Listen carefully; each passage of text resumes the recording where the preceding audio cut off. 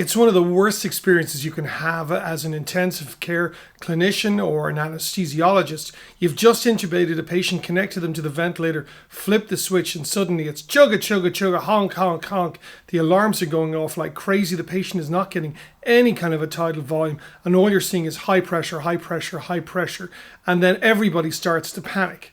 Well, that's what this tutorial is about. The patient with high airway pressures, how to recognize them, what to do about them, and what causes them. The patient with high airway pressures. Part 1. In this tutorial, I'm going to discuss what high airway pressure is, the peak to plateau pressure gradient, and how to calculate airway resistance. Let's start with a clinical scenario. I will point out that I have encountered this scenario many times over the years, and it's always worthwhile recounting it. The patient in question is Richard. He's 38, he's for a lap chole, he works in a factory making medical devices, he's married with 2 kids, has mild asthma and occasionally uses a bronchodilator inhaler.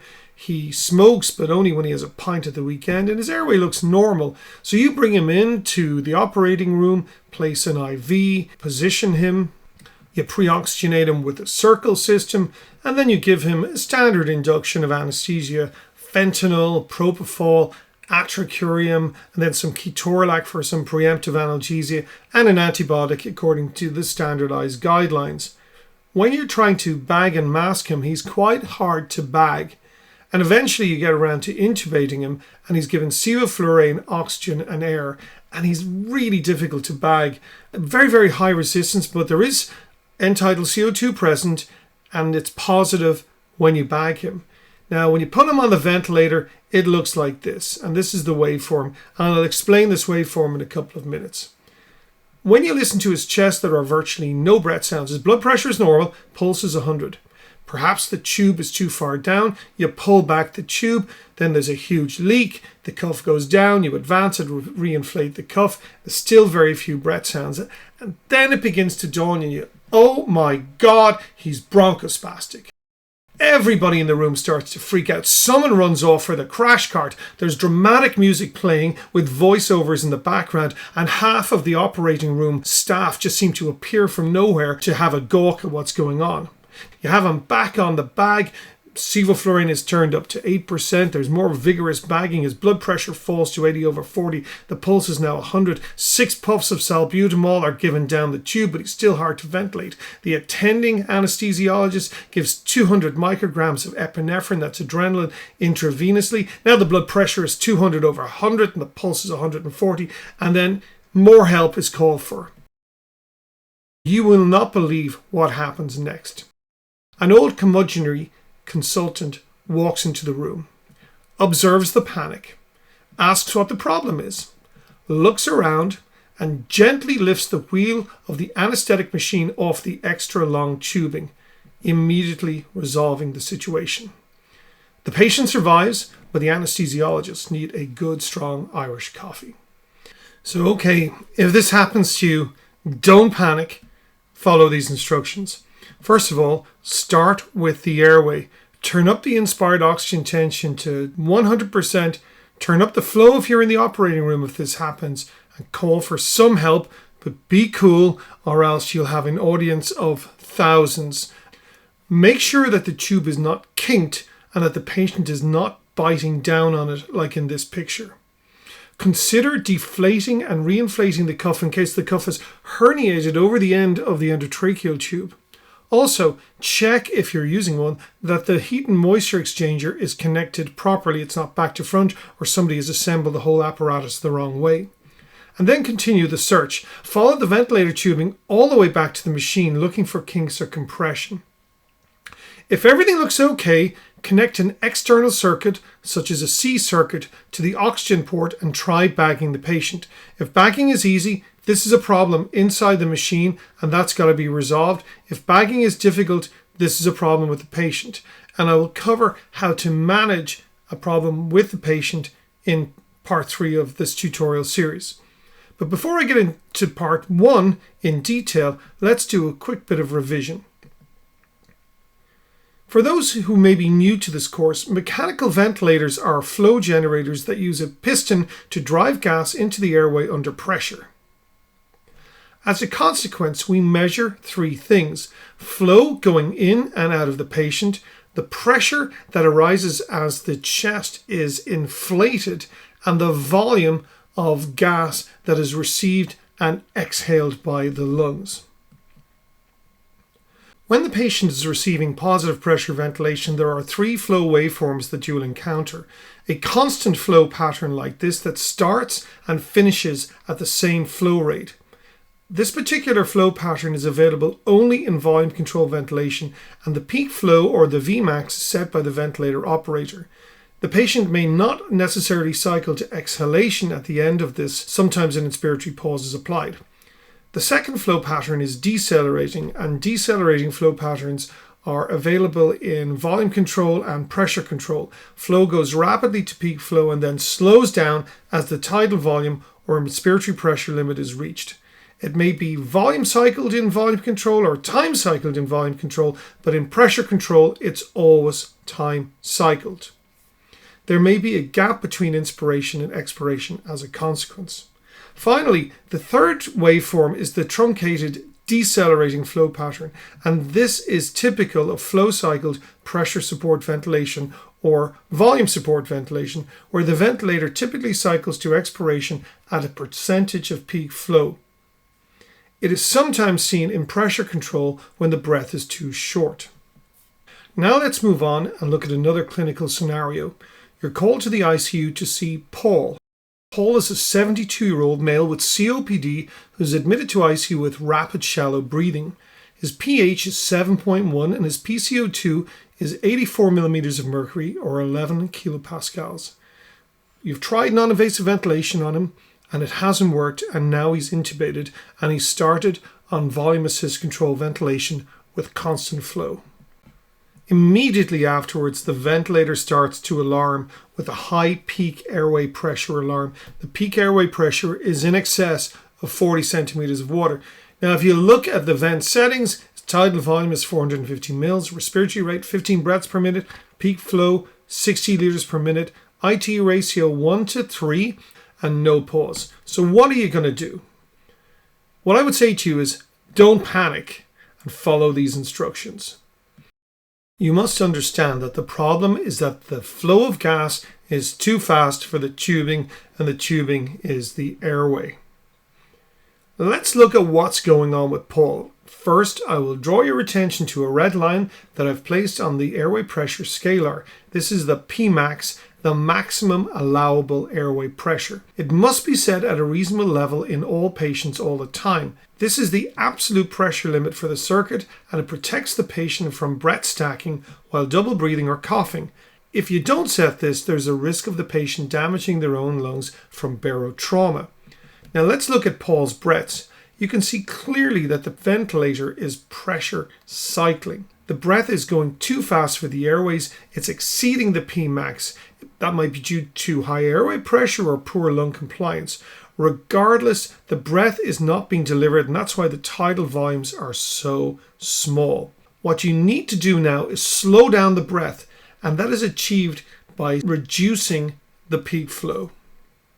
What do you do in this situation? Well, the first thing you do is give yourself some wiggle room by changing the Pmax setting to something higher, like 40 to 50 centimeters of water. This is a short-term thing, but it will give you a chance to sort the patient out without the ventilator alarming incessantly. Then on volume control ventilation, change the Vmax to 30 liters per minute. Lengthen the inspiratory time. Change the flow pattern from square wave to decelerating, or consider changing the patient to pressure control ventilation or volume guaranteed pressure control. In this case, on volume control ventilation with constant flow, we have reduced the peak flow to 30 liters per minute and lengthened the inspiratory time so that the ITE ratio is roughly 1:2. You can see that the peak pressure is still quite high, but at least the patient is getting their tidal volumes. If you're happy with this and you can keep the higher Pmax alarm set at that higher level, then that's fine. There's nothing wrong here. The patient is not going to be harmed because all you're looking here at is airway resistance, and it looks a bit like this. You can see that on volume assist control, this patient is on a flow of 30 liters per minute with a square waveform and a inspiratory pause, and there is a peak pressure of about 35 centimeters of water. Alternatively, you could put the patient on a decelerating flow pattern, and so in this situation we have lengthened inspiration by reducing peak flow and set a 1.5 second inspiratory time. The decelerating flow pattern means that the Pmax remains the same at 35, and you can achieve this two ways. Of course, you can achieve this with pressure control, because that's what pressure control does. You can achieve it in volume control, or you can achieve it with dual control. And this is the volume control version. Same tidal volume, same peak flow, a decelerating flow ramp with the same pause during inspiration. This is the decelerating flow pattern. You can see that the peak airway pressure is a little bit lower. Honestly, it doesn't make an awful lot of difference because the alveolar pressure will be exactly the same whether you use constant flow or decelerating flow, but you're less likely to get those really annoying alarms. Once you get this sorted and the alarms have stopped, you need to work the problem. And when you work the problem, you need to eliminate an equipment problem first. So this is either an equipment problem, an airway problem, and you follow the airway along as I previously described. Consider occlusion of the interior lumen of the tube, and you suction the patient. Listen to the chest. You're listening for wheeze. It may not be there, but if you do hear wheeze, it may be cardiac or respiratory. And have a look at what's going on. Is there an allergenic infusion running at the moment, like morphine or an antibiotic or a non-steroidal anti-inflammatory agent? One thing that you must not miss is a pneumothorax. A pneumothorax usually presents in the intubated patient with high airway pressures, and not infrequently they subsequently become hypotensive as a consequence of compression of the heart and the great vessels. The risk here, of course, is a patient with a history of asthma or COPD. They may well have a lot of emphysematous bullae, and if you have bagged the patient vigorously, you may have actually caused a pneumothorax. Also, if you've just put in a central line, there's a risk that you puncture the lung and cause a pneumothorax, but it can just happen spontaneously. What you're looking for is the absence of breath sounds on one side. And if this is the case and you're worried, you need to stop the case, do a chest x-ray, and place a chest tube if necessary. In my view, there are 5 relatively easy methods of evaluating true high airway pressures. And when I say true high airway pressures, you have now eliminated an equipment problem. The first of these is the peak to plateau pressure gradient. In this picture, we have Paul's high airway pressure. To explain what this is, we need to look at the structure of the lungs. First of all, we have the conductive airways. These are the trachea, bronchi, bronchioles, and so forth. The airways feed into the lung parenchyma. This is the alveoli principally. Disease that impacts the conductive airways increases pulmonary resistance. Disease that impacts the lung parenchyma, such as consolidation, pulmonary edema, etc., causes reduced lung compliance or increased lung elastance. The distensibility of the lung reduces. When one looks at airway pressure, what is typically displayed by the ventilator after onset of inspiration is the peak pressure. As this is the highest pressure, clinicians tend to focus on it. That peak pressure is the pressure encountered by the flow of gas into large and medium-sized airways, and those airways are non-compliant, so the pressure is relatively high. Then the gas drifts downwards into the alveoli, which are far more compliant, so the overall pressure starts to drop to this lower plateau, and it's known as the plateau pressure. This is the airway pressure that the lungs actually see, and it's very important because we know if it's very high, the lungs can be damaged. To truly measure plateau pressure, you need to perform an inspiratory hold. When an inspiratory hold maneuver is performed, the ventilator closes the inspiratory and expiratory valves and a column of air in the lungs equalizes out, and that measures the static pressure at end inspiration. That static pressure, of course, is the plateau pressure. One can measure static compliance simultaneously. If you're not able to do this, for example, you're in the operating room, the only way you can eyeball peak to plateau pressure gradient is in volume control constant flow with an inspiratory pause. This is best viewed on a pressure time waveform. This is a standard pressure waveform, and you can see there's a peak pressure of about 27 centimeters of water, and that falls to a plateau pressure of about 25 at 2 centimeter of water peak to plateau pressure gradient, and that is completely normal. If a patient has increased airway resistance, what you see is this huge bump in the pressure waveform up to a very high peak pressure, and that will cause the ventilator to alarm. But that pressure drops right down to a much lower level, and again 25 centimeters of water, giving us more than 20 centimeters of peak to plateau pressure gradient. The peak to plateau pressure gradient should not exceed 5 centimeters of water, and of course you can measure that by looking at the peak pressure in the ventilator and doing an inspiratory pause, or eyeballing or freezing the screen of the pressure waveform. The second way that you can evaluate high airway pressure is to quantify airway resistance. Most ICU ventilators, if set up in this way, will quantify dynamic airway resistance, as you can see in the top corner.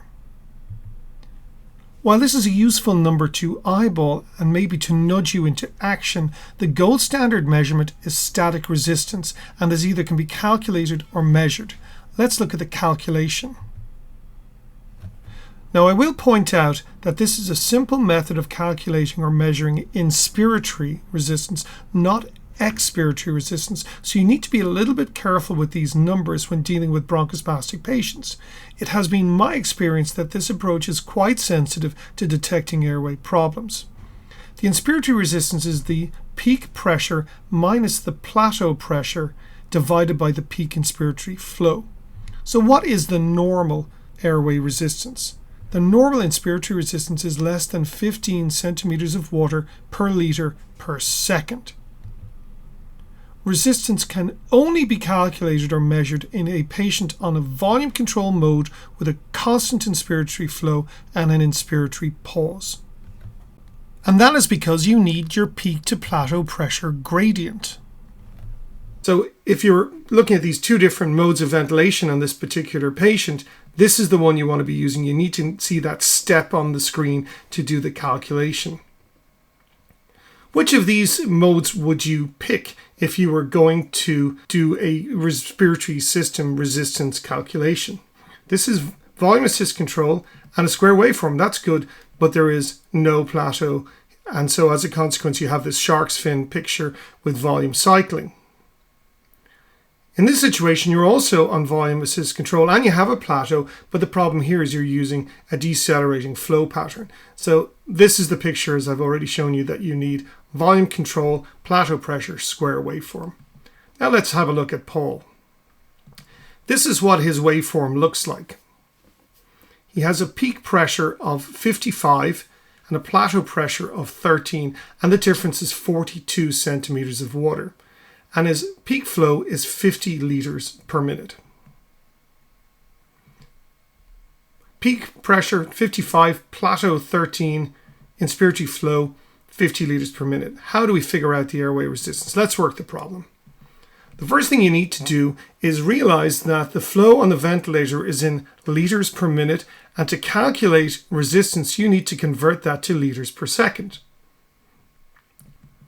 The formula is the peak pressure minus the plateau pressure divided by flow in liters per second. Pause the video and see if you can calculate out Paul's respiratory system resistance. 50 liters per minute is 50 divided by 60, or 0.83 liters per second. The peak pressure was 55, the plateau was 13, so that's 42 divided by 0.83, and that works out at 50 centimeters of water per liter per second. This is very high airway resistance. Consequently, I'm very confident to say that Paul has bronchospasm. There is an easier way of doing this, of course, measuring the static resistance, and you may already have done this when you performed the inspiratory hold. If you're doing an inspiratory hold, if you have the patient on volume control ventilation with a pause, such as in this picture right down at the bottom of the screen, volume control, square waveform with a pause, the ventilator will automatically measure static resistance on the patient as well as their static compliance and their plateau pressure. And that number, in this case, 38 centimeters of water per liter per second, is very high. Now let's review this tutorial. This was the first of 3 tutorials on the patient with high airway pressures. I started with a discussion about what high airway pressure is and how not to be duped by an equipment problem.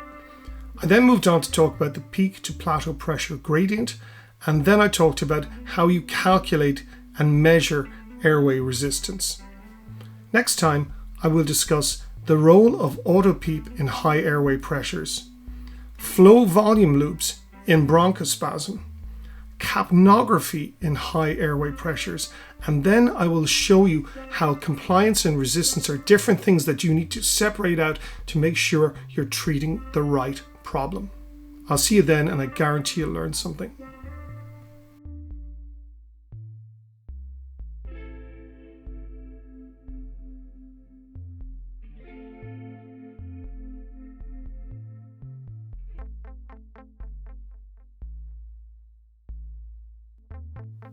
Okay, that was the patient with high airway pressures, and we'll continue this in the next tutorial. Do me a favor, if you're enjoying these, subscribe, send me some likes and make some comments. You can follow these tutorials on ccmtutorials.org or at ccmtutorials.